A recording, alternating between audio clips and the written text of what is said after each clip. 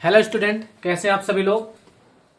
तो आप सबको पता है कि 17 फरवरी से आपके एग्जाम होने वाले हैं। अभी तक आप लोगों ने सारा अपना सिलेबस पढ़ के कई एक तो शायद प्री बोर्ड भी आपने दे लिया होगा। आपको अंदाजा लग गया होगा कि आखिर एग्जाम में क्वेश्चन कैसे आ रहे हैं। ठीक है, और अब हमारे पास ज्यादा समय भी नहीं है कि हम अपने पूरे सिलेबस को एक बार फिर से खंगालते फिरे। अब ये ऐसा टाइम है जहां आपको एकदम स्विच हो जाना चाहिए, आपको एक तरफ पॉइंट आउट हो जाना चाहिए। आप पॉइंट कर लीजिए कि सिर्फ एग्जाम में क्या चीजें, किस यूनिट से क्या चीजें आते हैं वो पढ़ा जाए और उन्हीं को लेकर के पीवाईक्यूज लगाए जाएं, पीवाईक्यूज से क्वेश्चन लगाए जाएं, तो वो आपके लिए बेनिफिशियल होगा। इसी के लिए मैं एक सीरीज लेकर के आ रहा हूं जहां मैं आपको चैप्टर 1 से लेकर के लास्ट चैप्टर तक जो चीजें एग्जाम में आती हैं मात्र वो कराऊंगा। उसके अलावा कुछ भी चीजें हम एक्स्ट्रा नहीं करेंगे।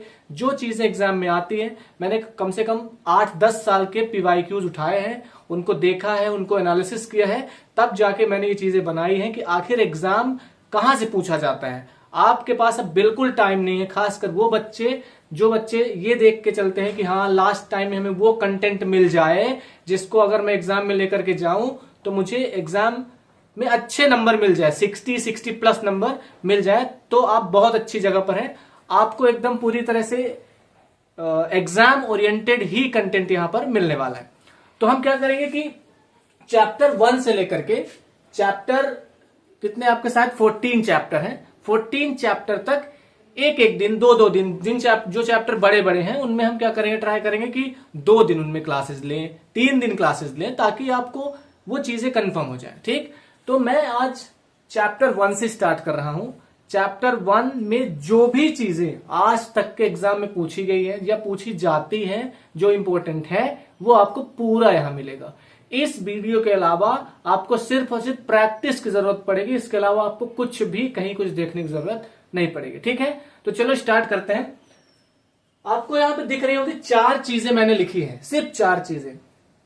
एलसीएम और एचसीएफ, चैप्टर 1 की बात हो रही है। एलसीएम और एचसीएफ आपको कैलकुलेट करना आना चाहिए, निकालना आना चाहिए।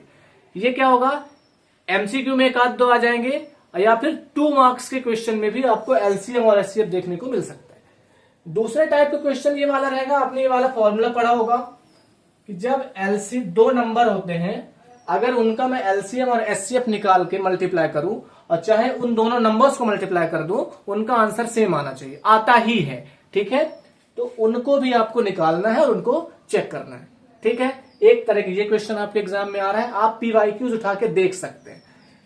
थर्ड टाइप का कुछ ऐसे क्वेश्चन आपको देखने को मिलेगा कि भैया कुछ ऐसी चीजें दी हुई है, आप इसको प्रूव करके बताओ कि ये जो भी इसको सॉल्व करने के बाद आएगा क्या वो कंपोजिट होगा कि नहीं होगा। ठीक है ना, हमें ये चेक करना है कि वो कंपोजिट होगा कि नहीं होगा। और चौथा और लास्ट जो कि बहुत इंपॉर्टेंट होगा आपके लिए, ये वाले नंबर जहां आप प्रूव कर रहे होंगे √3, √5 इज अ रैशनल नंबर और नॉट इरेशनल नंबर। ठीक है, कुछ ऐसा a + b, यानी उसने दिया कि √3 + 5, 3 + √7, ये सारे के सारे इरेशनल नंबर है कि नहीं है, इनके बारे में हम सीखेंगे। ठीक, फिर इसके बाद एक और क्वेश्चन आता है अपॉन वाला कि √a/b, √b/c कुछ करके ऐसे आएगा और इनको आप प्रूव करके बताओ कि ये इरेशनल हैं। हर बार आपको ये वाले क्वेश्चन आपको 3 मार्क्स के क्वेश्चन में देखने को मिल जाएंगे। जो 3 नंबर के क्वेश्चन आते हैं वहां आपको ये देखने को मिलेगा ही मिलेगा। एक क्वेश्चन ऊपर चाहे जो भी रहे, लेकिन और में एक क्वेश्चन ये कंफर्म पड़ा रहता है। आप ज्यादा से ज्यादा, मैं 100% क्वेश्चन पेपर की बात नहीं कर रहा हूं, लेकिन मैं 95% क्वेश्चन पेपर की बात कर रहा हूं कि ये वाला क्वेश्चन और में पड़ा रहेगा। ठीक है, तो चलो हम लोग स्टार्ट करते हैं। जैसा कि पहले ही मैं इन सारी चीजों को, अगर आपको डिटेल में पढ़ना है तो मैं इन सब चीजों को पढ़ा चुका हूं ऑलरेडी। तो आप क्या कर सकते हैं, प्लेलिस्ट में जाकर के या फिर इस आई बटन को क्लिक करके आप प्लेलिस्ट में जाइए और आपको ये सारी चीजें ऑलरेडी डिटेल में मिल जाएंगी। पर यहां हम सिर्फ ओरिएंटेड पढ़ेंगे।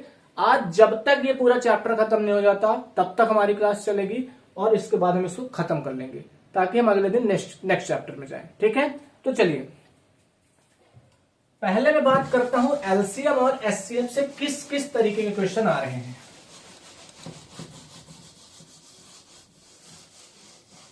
पहला टॉपिक एलसीएम और एचसीएफ। ठीक है, सबको निकालना आता होगा। जैसे मैंने कहा अभी एक नॉर्मल सा क्वेश्चन लेते हैं, फिर मैं और थोड़ा एडवांस क्वेश्चन भी करा दूंगा आपको एलसीएम एचसीएफ के, जो कि एग्जाम में पूछे गए हैं। जैसे है पहला क्वेश्चन, आपको नॉर्मल दिया, बहुत बेसिक दिया, जो सेकेंड क्लास के बच्चे को आ जाएगा, कि मैंने दे दिया 27, 9 और 81 का एलसीएम और एचसीएफ फाइंड आउट करिए। ठीक है ना, बेसिक सी चीज, बहुत कॉमन सी चीज, 3 नंबर है, इनका एलसीएम और एचसीएफ फाइंड आउट करो। आप सोच रहे होंगे सर ऐसे भी क्वेश्चन क्या आ सकते हैं? हाँ भाई आए हैं, कभी कभी एग्जामिनर ऐसे भी क्वेश्चन देता है। ठीक है ना, कुछ नहीं करना, आप अपना तरीका आपको आता होगा। मैं एक तरीका बताता हूं आपको कि जब कभी भी एलसीएम और एचसीएफ एक साथ पूछे, है ना, एक साथ पूछे, तो हमें करना क्या है, हमें एचसीएफ वाली ट्रिक लगानी है। ठीक है, क्या करना है हमें, सारे नंबर्स का अलग अलग से आप प्राइम फैक्टराइजेशन करेंगे। प्राइम फैक्टराइजेशन में ये उम्मीद कर रहा हूं कि आप लोग को अभी तक तो पूरे अच्छे से आ ही रहे होंगे, क्योंकि अभी एग्जाम का टाइम है। अगर नहीं आते तो बहुत मस्ट कंपलसरी है कि आप उनको जाकर के तुरंत एक दिन में सीखो। सबको ब्रेक करेंगे, 9, फिर 3 एंड 3 1, बात खत्म। ठीक है, 9 को कोई दिक्कत नहीं, 3 1, 81 को 3 27, 3 9 3 27, 3 3 9 और 3 1। पहला काम हमें ये करना है। ठीक, जब हमें एलसीएम और एचसीएफ एक साथ पूछ रहा है तो मैं ये वाली टेक्निक अपनाऊंगा। ठीक है ना, आप क्या करना है, आपको सिंपल सी बात है, इनको 27 में आपको क्या क्या प्राइम नंबर्स मिले उनको लिख लो, असेंबल कर लिया, ये 3 इंटू 3 इंटू 3। फिर मैं यहां से हटा लेता हूं, शायद आपको दिखे ना नीचे, मैं इस तरफ साइड में लिखता हूं। 27 का क्या आया हमारा, 27 का आया 3 इंटू 3 इंटू 3। ठीक, ये 27 का आया। 9 का हमें क्या मिला, 3 इंटू 3, 3 इंटू 3। और 81 का क्या मिला, 3 इंटू 3 इंटू 3 इंटू 3, 3 4 टाइम 3। ठीक है, ये कॉमन सी चीज हो गई। ठीक, अब चलिए करना क्या है आपको, दो तरीके बता देता हूं यहां पर, जो भी आपको आसान लगे उसको कर लेना। आप 3 की पावर, इसको 3 लिख सकते हैं, इसको लिख सकते हैं 3 की पावर 2, इसको लिख सकते हैं 3 की पावर 4। ठीक, जब भी कभी एलसीएम की बात आएगी, जब भी कभी एलसीएम की बात आएगी, तो you have to choose the maximum power number, you have to choose maximum power number. यानी यहां पर आप देख सकते हो, क्योंकि सब में 3 3 है, तो 3 तो मैंने सेलेक्ट कर लिया, यस, पर अब 3 की मैक्सिमम पावर इन तीनों में किसकी है, यहां पर है, तो 3 की पावर 4 ही हमारा एलसीएम होगा। 3 की पावर 4, जो कि आपको पता है 81 इज एलसीएम। सिंपल सी चीज, मैक्सिमम पावर सेलेक्ट करेंगे आप। जब आप एचसीएफ की बात कर रहे होंगे, कुछ नहीं करना, मिनिमम पावर, सबसे छोटी पावर क्या है वो सिलेक्ट कर दें। ठीक, तो यहां पर 3 की पावर 2 सबसे छोटी है, 9 विल बी एचसीएफ। आपके आंसर निकल के आ चुके हैं। ठीक, क्योंकि आप कॉम्पिटेटिव एग्जाम की तैयारी कर नहीं रहे हैं, आपको वहां पर चीजें शो करनी होगी, वहां पर आपको चीजें दिखानी पड़ेंगी, तो आप इस तरीके से जब सॉल्व करेंगे तब जाके एग्जामिनर 2 में 2 मार्क्स आपको देगा, या भी जो भी नंबर के आपके आएंगे। ठीक है ना, बाकी इनकी बहुत सारी शॉर्ट तरीके हैं कि आप देख के, नंबर्स को देख करके भी एलसीएम एचसीएफ फाइंड आउट कर सकते हो, बट हमें तो एग्जाम में सॉल्व करना है। ठीक है ना, ये एक कॉमन सा तरीका है। ठीक है, एक और मैं ये बता देता हूं, जैसे इसमें तो 3 3 आ रहे थे, इसके अलावा कुछ आया नहीं, मैं और नंबर ले लेता हूं। आपको परेशान होने की कोई जरूरत नहीं है, आप स्क्रीनशॉट ले सकते हो, लिख सकते हो, नोट्स बनाते चलो। वैसे नोट्स बनाने की जरूरत है नहीं, कॉमन सी चीजें आपको वीडियो देखनी है और बस प्रैक्टिस करनी है। ये अब एक ऐसा टाइम है जहां आपको सिर्फ प्रैक्टिस काम आएगी, आपको पीवाईक्यू सॉल्व करने काम आएंगे। ठीक, एक और क्वेश्चन उठाता हूं मैं, जहां पर ऐसा रहेगा कि 3 4 या फिर 2 3 ऐसे नंबर मिलेंगे जो कि एलसीएम एचसीएफ में आएंगे या फिर फैक्टराइजेशन में आएंगे। ठीक, जैसे मैंने ले लिया 64 ले लिया मैंने, और क्या ले लूं, 100 100 ले लिया और मैंने ले लिया 25, ठीक, ये मैंने ले लिया। मैंने कहा इनका आप एलसीएम और एचसीएफ फाइंड आउट करके बताओ, ठीक। इसका नहीं, 25 मत लीजिए आप, 30 ले लो, ठीक है ना, ये मैंने ले लिया, डन। चलो आओ देखते हैं क्या कहा था मैंने। 64 का भी आप प्राइम फैक्टराइजेशन कर लोगे, कर लेते हैं। 64 2 32 2 16 2 8 2 4 2 2 2 1 हो गया, सिंपल सी बात। 100 का भी कर लो, 2 तो 50, 2 करेंगे तो ये आ जाएगा 25, 5 करेंगे तो 5 आएगा, 5 करेंगे 1 आएगा। थर्ड 30, ठीक है, 2 15 3 5 5 1 डन, बात खत्म। हाँ कोई दिक्कत नहीं, लिख लेते हैं हम लोग। 64 का मतलब हमें क्या आया, देखो 2 आया बार बार, 1 2 3 4 5 6 टाइम 2 आया है, 6 टाइम 2 आया है, 2 रेज़ टू द पावर 6 लिख सकता हूं, 2 रेज़ टू द पावर 6। जब आपने 100 का किया तो क्या आया, 2 आया 2 बार तो 2 की पावर 2 आई, इनटू में 5 आया 2 बार तो 5 रेज़ टू द पावर 2 आई, डन भाई।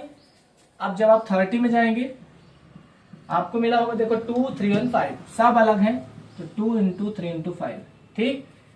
अब यहां ठीक है, यहां क्या है कि अलग अलग नंबर है, तो यहां कैसे हम अपनी पावर वाला रूल यूज करेंगे वो देखना है ना। कुछ भी नहीं करना, सबसे पहले सेलेक्ट करो 2 2 2 2 2 2 2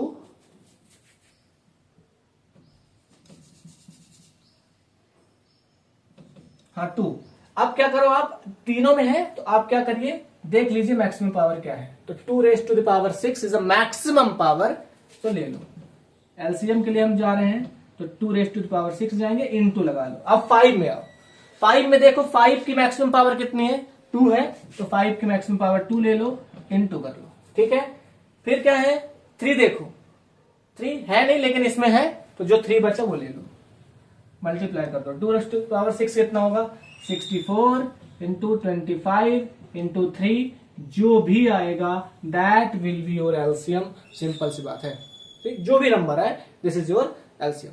एचसीएफ की बात करूं मैं, एचसीएफ की ऐसी कंडीशन में आपको करना क्या, एक बार ये चेक करना है कि जो चीज तीनों में हो वही लेना है हमें, जो चीजें तीनों में हो वो लेना है, और तीनों में होने के साथ साथ मैं कम से कम पावर वाली ले लेना है हमें, ठीक। देखो 2 2 2 तीनों में है, ठीक है भाई।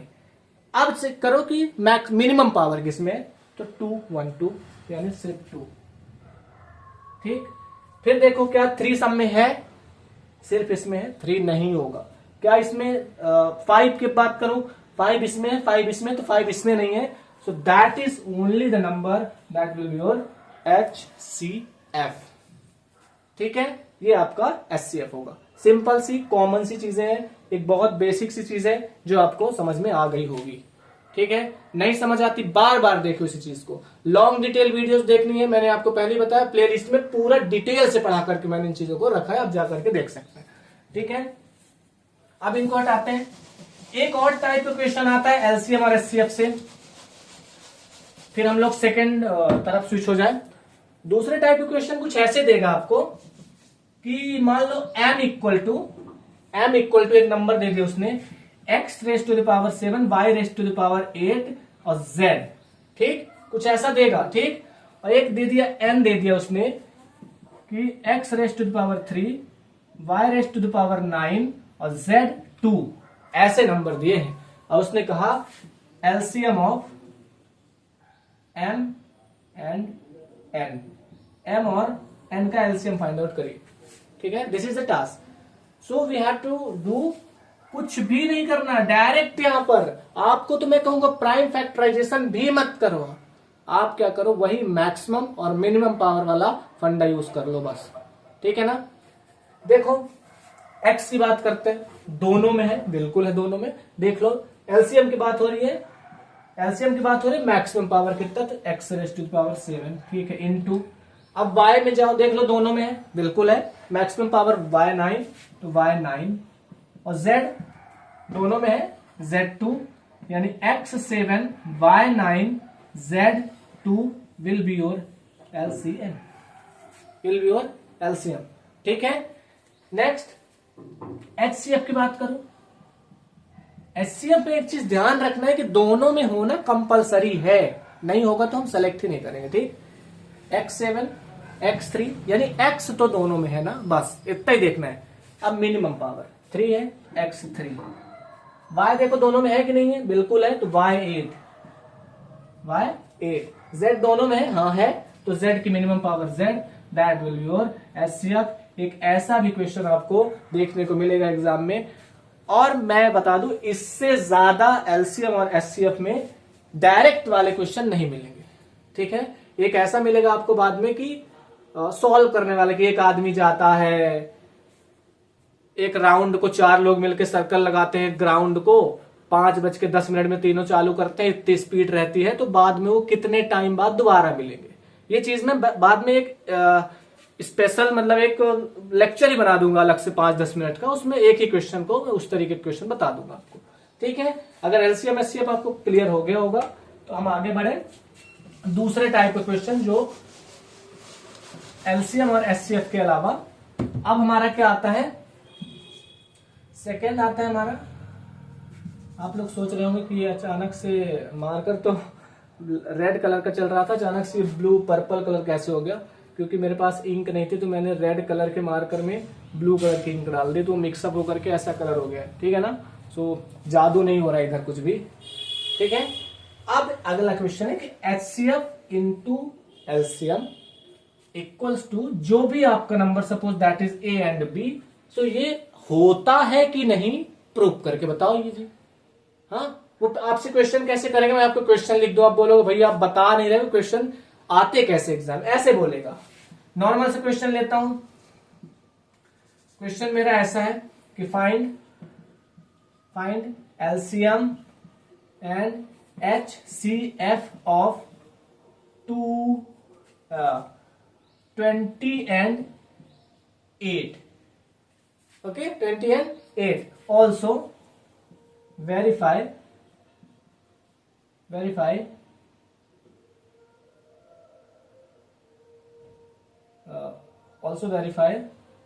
LCM into HCF equal to A into B।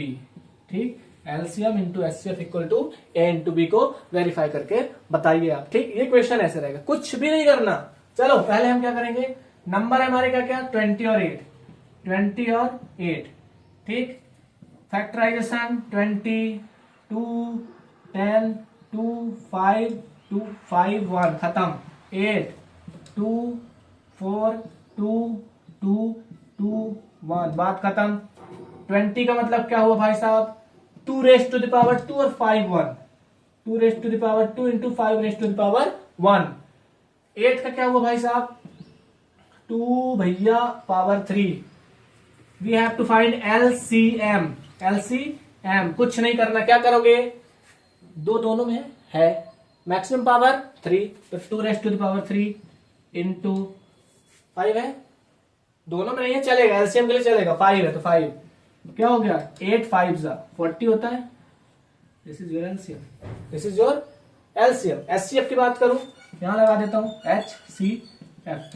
वो नंबर चेक करो जो दोनों में है, 2 है minimum power, 2 raise to the power 2, यानी HCF हमारा 4 होगा। ये तो हमारा आधा पार्ट इसका आ चुका है, यहां तक का पार्ट सॉल्व हो चुका है। वेरीफाई करना है, रख लेंगे। मैं क्या करूंगा, LCM इंटू HCF निकाल दूंगा, निकाल दो भाई। 40 आया, इधर 4 आया, 40 इंटू 4 160। हाँ भैया, A इंटू बी कर लो, A इंटू बी भी कर लो। कहा है A की जगह में 20 है, इंटू 8, 28 जो 160 होता है। सो वी कैन से, सो या फिर therefore LCM into HCF equal to A into B, that is proved. ठीक है ना, बस इतना ही। कुछ भी नंबर आए, कहीं से भी आए, आपको LCM निकालना है, आपको HCF निकालना है, और इसके बाद आपको क्या करना है, दोनों नंबर को मल्टीप्लाई कर देना है।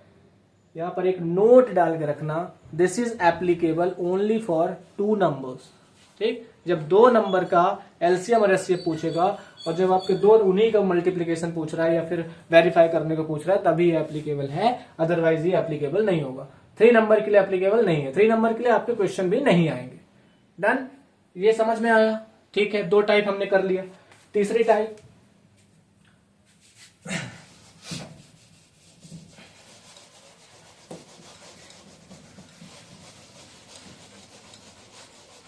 तीसरे टाइप में हम चलते हैं।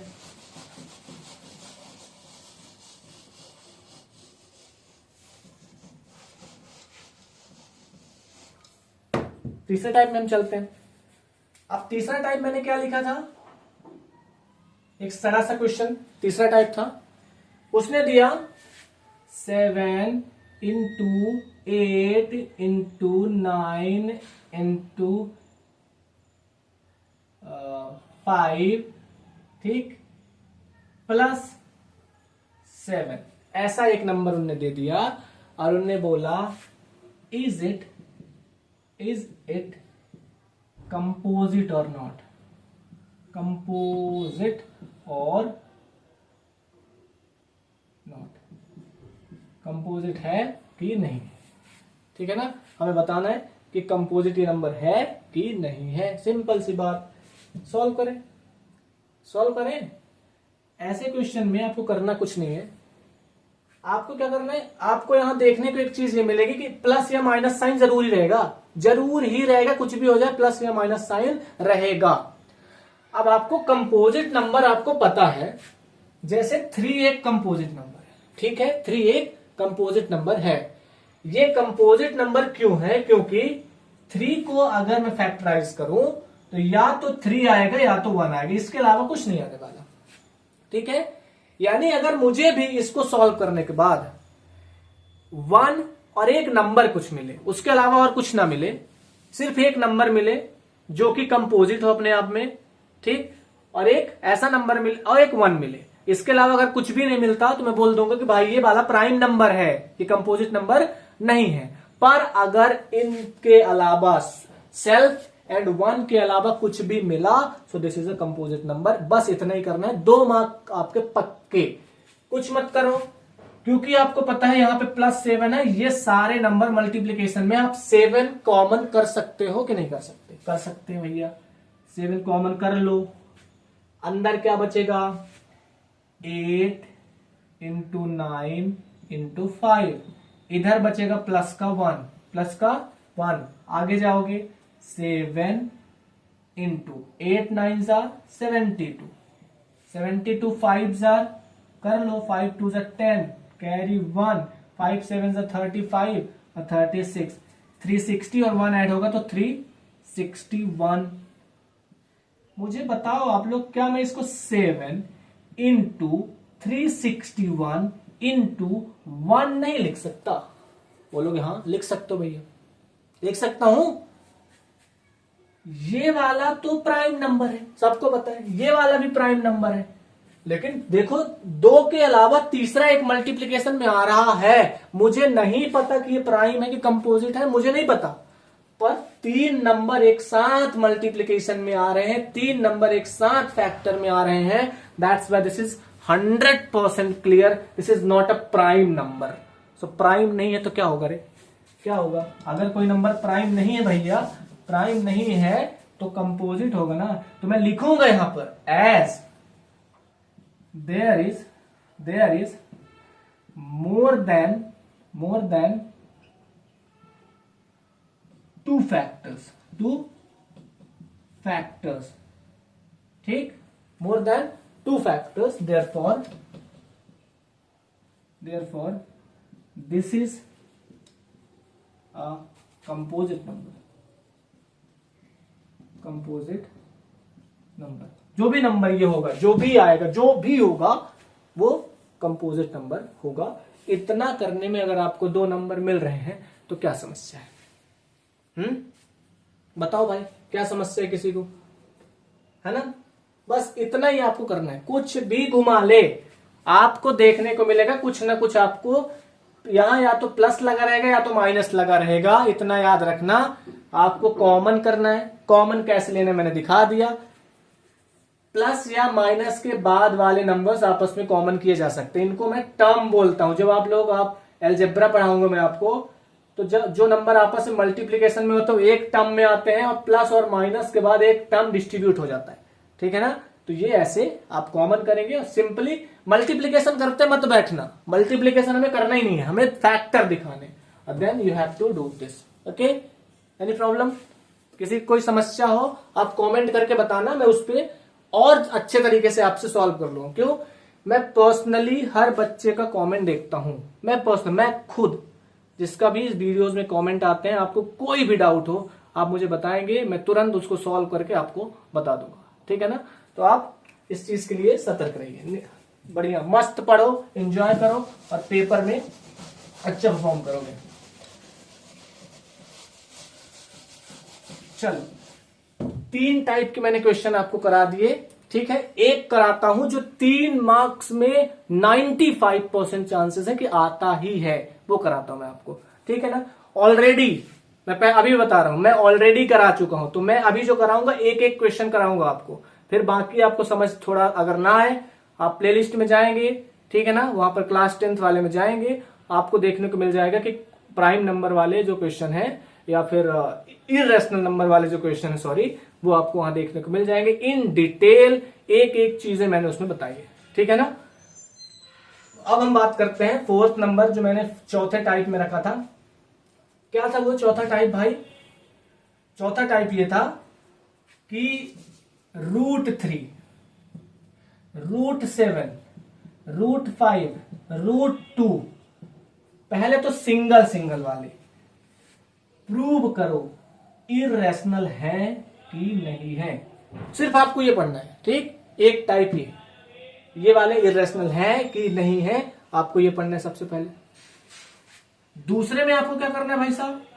दूसरा कुछ ऐसे रहेगा, 3 + √5, 3 + √5, 3 - √5, 7 या फिर √7 - 2, हाँ, √5 + 8, कुछ ऐसे नंबर रहेंगे, प्लस माइनस वाले दूसरे टाइप के लिए रहेगा, ठीक। एक ऐसा क्वेश्चन आ सकता है आपके में। और तीसरे टाइप को जनरली मैंने बता रहा हूं आपको, यही आते हैं दोनों, या तो ये डायरेक्ट पूछ देगा या तो ये वाला पूछ देगा। उसमें से ये सबसे सिंपल है, ये तो आ जाए तो ये मान के चलो आपके लिए एक तोहफा, आपके लिए एक गिफ्ट मिल चुका है, ठीक है ना, और आप जल्दी सॉल्व कर सकते हैं। ये थोड़ी लेंदी है ये, ठीक, ये लेंदी है थोड़ा सा, है ना। तो मैं एक करके इसको समझा देता हूं, एक इसको समझा देता हूं, आपको फिर कुछ भी ज्यादा एफर्ट लगाने की जरूरत नहीं है। आपको डिजिट बदलनी होगी, उसके अलावा आपके आंसर आते जाएंगे, ठीक। Let's start. मैं सबसे पहले ये वाला लेकर के चलता हूं। हाँ जी, क्या है हमारा ये? √3 को ले लें, आप बोल दो √7, 5 जो भी, कोई प्रॉब्लम नहीं है। √3 ले लेते हैं। √3 प्रूव करके बताओ इरेशनल है कि नहीं है। मैं करूंगा लेट √3 इज एन इरेशनल, तो नहीं पता, मैं रैशनल मान के चलता हूं, is a rational number, rational number. √3 क्या है हमारा? रैशनल नंबर है। तो अगर है तो रैशनल नंबर को तो मैं P/Q के फॉर्म में लिख सकता हूं, A/B के फॉर्म में, P/Q के फॉर्म में, XYZ के फॉर्म में तो लिखा ही जा सकता है। हाँ, तो आप बोलो सो √3 = A/B, यस और नो? यस, यस, ठीक है भाई। मैं इधर 2 सेक्शन में कर लूंगा, अदरवाइज मेरा लिखने का तरीका बड़ा वो बड़े बड़े लिखता हूं मैं, तो फिर वो नीचे जल्दी पहुंच जाता है, तो मुझे मिटाना पड़ता है, ठीक है। फिर यहां मैं मेंशन करूंगा कि A and B are compose वो इंटीजर्स कैसे हैं? दोनों इंटीजर है, and both are coprime number. बता दो, को प्राइम नंबर ऐसे नंबर होते हैं जिनका HCF 1 हो, ऐसे 2 नंबर जिनका HCF 1 हो। तो ये दोनों मान के चलता हूं मैं, ये को प्राइम नंबर है। कोई दिक्कत? ये लैंग्वेज आपको लिखनी, ये क्वेश्चन लैंग्वेज का ही तो खेल है। हाँ, ऐसा था तो ऐसा लेके चले हम, फिर बाद में कहेंगे नहीं नहीं नहीं नहीं नहीं नहीं नहीं, मैंने स्टार्टिंग में गलत माना था, है ना, मैंने गलत समझ लिया था यार तेरे को, इसीलिए ऐसे गलती हो गई, तो तू मेरी सॉरी एक्सेप्ट कर ले, मैं जो मैंने कहा था वो सब कुछ गलत है, ये उल्टा कर दो इसको। समझ आई बात? बस यही करना है इसमें भी। हाँ, मेरी गलती हो गई थी, सॉरी कर दे भाई, मुझे छोड़ के मत जा तू, ऐसे ऐसे आप करते रहते होंगे, ठीक? तो देन इसके बाद आप उसको टर्न कर दोगे, वो भी मान जाएगी, हाँ बढ़िया बढ़िया बढ़िया, बहुत अच्छे, ठीक है। बस इतना ही करना है। क्या करेंगे हम? अगला स्टेप, स्क्वायर कर दो दोनों तरफ। मैं लिखूंगा स्क्वायरिंग, स्क्वायरिंग बोथ साइड कर दो। 3√3 square equal to A square upon B square, कोई समस्या नहीं, स्क्वायर कर लो। √3 के स्क्वायर करोगे 3 आएगा, equals to A square upon B square, ठीक है। आप क्या करो, 3 को यहां ले जाओ, बी को यहां ले आओ, तो B square equal to A square upon 3, A square upon 3, ठीक। समझ आए? इतना करने के बाद आपको यहाँ इक्वेशन जो भी डालना हो डाल लेना। अब यहां पर कुछ लिखूंगा मैं। एक हमारे साइंटिस्ट थे जिनने फंडामेंटल थ्योरम ऑफ अरिथमेटिक के बारे में दिया था, ठीक है ना, fundamental theorem of arithmetic. Fundamental theorem of arithmetic ये कहती है, मैं थोड़ा एक मतलब 30 सेकंड लेकर के आपको समझा देता हूं। फंडामेंटल थ्योरम ऑफ अरिथमेटिक ये कहती है कि अगर मान लो कोई एक नंबर ए है, ए स्क्वायर है, कोई नंबर एक ए स्क्वायर है, अगर वो किसी नंबर से, किसी नंबर एक्स से वो डिवाइड हो रहा है, ए स्क्वायर अगर एक्स से डिवाइड हो रहा है, तो दिस इज 100% कि ए भी एक्स से डिवाइड हो जाएगा, ए भी एक्स से डिवाइड हो जाएगा। डन? तो मैं यहां कह सकता हूं कि क्या कहूं,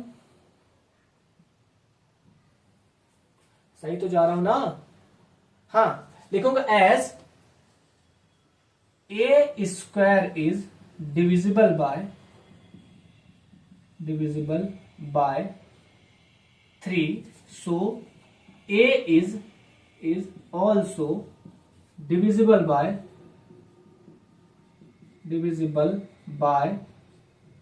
3। इतना लिख दिया, यानी अगर ए स्क्वायर 3 से डिविजिबल है तो हमारा ए भी 3 से डिविजिबल होगा। सिंपल सी बात, इतना लिखना है। हाँ, और बोल दूं, if A square divisible by 3 then A will also be divisible by 3। बस इतना लिख लेना है, आगे आ जाएंगे। अब मैं करूंगा now let A equal to क्या मानूंगा, क्योंकि देखो यहां मैंने ए अपॉन 3 वाला फंडा ये लिख लिया ना लैंग्वेज में, तो आप क्या लिखोगे, ए इक्वल्स टू, मैं क्या करूंगा, क्योंकि 3 से डिविजिबल है तो 3, और आप लिख लेंगे सी, 3C लिख लेंगे, ठीक है ना। मैं ये लेकर के चलूंगा आगे, क्योंकि ये पूरा क्वेश्चन ही हमारा लेट पर डिपेंडेंट है। ओके, सो और यहां मैं लिख दूंगा C is an integer. C हमारा क्या है भाई, इंटीजर है, C हमारा इंटीजर है। डन? अब इस इक्वेशन में A की वैल्यू पुट कर दो, put the value of A in equation 1। Equation 1 में आप A की वैल्यू पुट कर दीजिए, कर दो। B square equal to 3C square upon 3। Done? तो ये बन जाएगा 9C स्क्वायर अपॉन 3। इसको कट करेंगे 3, यानी बी स्क्वायर की वैल्यू हमारी मिलेगी 3C स्क्वायर, है ना। बी स्क्वायर की वैल्यू हमें क्या मिल जाएगी, 3C स्क्वायर मिल जाएगी। डन? वही सेम चीज यहां पर लिखना है। देखो 3 को यहां ले आओ, तो ये हो जाएगा B square upon 3 equal to C square. B square, हाँ ठीक है, B square upon 3 equal to C square हो जाएगा ये वाला। यहां पर भी मैं वही लिखूंगा, मैं यहां थोड़ा साइड में कर लेता हूं क्योंकि उधर, ठीक है, ये हो गया। अब मैं जो लैंग्वेज मैंने यहां लिखी है, आप इसके लिए भी सेम लैंग्वेज लिखेंगे। अब मैं यहां लिख रहा हूं थोड़ा क्या लिखूंगा मैं, as B square is divisible by 3, so b is also divisible by 3। अगर b स्क्वायर 3 से डिविजिबल है तो हमारा b भी 3 से डिविजिबल होगा। यार एक चीज आपने यहां पे नोटिस किया, स्टार्टिंग जब मैंने की थी तो मैंने कहा था a और b दोनों को प्राइम है, यानी इनमें कोई कॉमन फैक्टर नहीं है rather than 1। But here you can see last तक आते आते 3 जो है a को भी डिवाइड कर रहा है, 3 जो है b को भी डिवाइड कर रहा है। So here 3 is a common factor of both a and b। सही बात है, both a and b। ठीक, आप यहां तक स्क्रीनशॉट ले लो ताकि मैं थोड़ा मिटा दूं तो अच्छे से लिख के आपको बताओ इसके आगे। ठीक है ना, आप स्क्रीनशॉट ले लीजिए।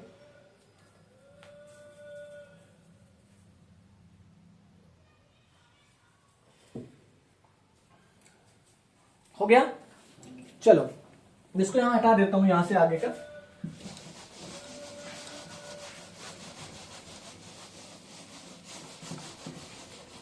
अब हम क्या करेंगे, ये हो गया ना। अब ये भाई आने के बाद तो मेरा दिमाग ही घूम गया, जो मैं मान के चला था ना वो गलत हो गया। मैंने कहा था को प्राइम है, इधर देखो दोनों के कॉमन फैक्टर 3 मिल रहे हैं। हाँ, दोनों कॉमन फैक्टर नहीं है, मतलब दोनों को प्राइम नहीं है। So we can say that contradict, इसके बाद ना दैट कॉन्ट्राडिक्ट आर अजम्पशन, हमारे अजम्पशन को ये कॉन्ट्राडिक्ट कर रहा है। क्या अजम्पशन, कि √3 जो है वो इर्रेशनल है। Therefore √3 is an irrational number. मुझे मानना पड़ेगा भाई, मुझे मेरी गलती माननी पड़ेगी, नहीं तो छोड़ के चली जाएगी। वो तो अच्छी है, बल्कि कि आपने अपनी गलती मानी तो वो रुक गई, हाँ हाँ ठीक है कोई बात नहीं, सॉरी तो कम से कम तुमने बोल दिए सॉरी, जो मैंने अजम्पशन किया था दैट इज रॉन्ग, है ना, इसलिए प्लीज हमें माफ करिए। तो it is a irrational number. Done, बस इतना करना है। 3 मार्क्स आपके कोई भी डिडक्ट नहीं कर सकता, कोई भी नहीं। पहले चैप्टर में जो मैंने चारों टाइप आपको बताए हैं, इससे आगे मैं 95% का ही वादा कर रहा हूं यार भाई। कोई गलती से कभी तुक्का चल गया, अभी मैं एक दिन पहले क्वेश्चन पेपर दे करके आया। अब एक्सपेक्ट हो जाता है ना कभी कभी कि जो हम एक्सपेक्ट नहीं कर रहे हैं वो भी आ जाए, बट जो पैटर्न रहा है पिछले 4, 6, 7 साल का पैटर्न रहा है वो यही रहा है कि यही 4 टाइप के क्वेश्चन आपके एग्जाम में आते हैं। आप इनकी प्रैक्टिस कर लेंगे। 6 नंबर का क्वेश्चन आपके फर्स्ट चैप्टर से आता है, कोई भी नहीं है जो आपको रोक के दिखा दे, और कहीं भी आपको जाने की जरूरत नहीं है। ये देखने के बाद आप सिर्फ और सिर्फ प्रैक्टिस लगाओ और कुछ भी करने की जरूरत नहीं है। ठीक है, अब एक और छोटी सी चीज है, जैसे मान लो वही मैंने कहा 5% में अगर कभी घुमाया फिराया उसने, तो एक और क्वेश्चन कभी कभी आता है, जैसे मैंने एक आध क्वेश्चन पेपर में देखे थे। ठीक है ना, वो तो आपको आता होगा, इसीलिए मैंने बहुत ज्यादा उस पर वो नहीं किया आपको। ऐसा क्वेश्चन आता है, 5th नंबर डाल लो, ठीक है, प्रूव करके बताओ कि 6 raise to the power n, n की जगह 1 2 3 4 5 6 7 8 कुछ भी रख लो, will never end with zero। Prove करके दिखाओ कि ये 0 के साथ एंड नहीं होगा। या फिर आपसे पूछेगा क्या, व्हाट, वाई, है ना। 6 raise to the power n को सॉल्व करने के बाद कभी भी यूनिट डिजिट में 0 आ सकता है कि नहीं आ सकता। भाई साहब यूनिट डिजिट में 0 आने के, अब ये सिर्फ एकमात्र क्वेश्चन नहीं है, इसकी जगह उसने दे दिया 4 raise to the power n, उसने दे दिया 2 raise to the power n, n ही क्यों m ले लो, उसने दिया 7 raise to the power m, उसने दे दिया 6 raise to the power m, उसने दे दिया 10⁻m, कुछ भी दे दिया, है ना, बस ये वेरिएबल है, उनकी वैल्यू चेंज होती रहेगी। तो बताओ कि नहीं, हमें कुछ नहीं करना। यूनिट डिजिट में भाई देखो, जीरो आने के लिए ना 2 लोग की जरूरत है। 2 लोग, अगर आपके पूरे फैक्टराइजेशन में 2 लोग मिलते हैं तो जीरो आने के चांसेस हैं। 2 मिल जाए और साथ में 5 मिल जाए, 2 और 5 अगर एक साथ आ गए मल्टीप्लीकेशन में फैक्टर करने के बाद, तो जीरो से एंड होगा, अदरवाइज जीरो से एंड नहीं होने वाला है, अदरवाइज जीरो से एंड नहीं होने वाला। डन। 6m की बात हो रही है ना, मुझे बताना 6m को अगर मैं फैक्टराइज करूं तो मैं लिख सकता हूं 2 × 3n। इसके अलावा तो कुछ नहीं लिख सकता, क्योंकि ये दोनों प्राइम आ गए। मैं लिखूंगा टू फाइंड जीरो, है ना, zero at the unit digit,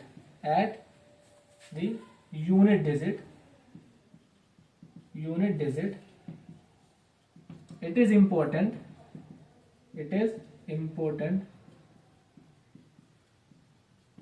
to have at least one pair of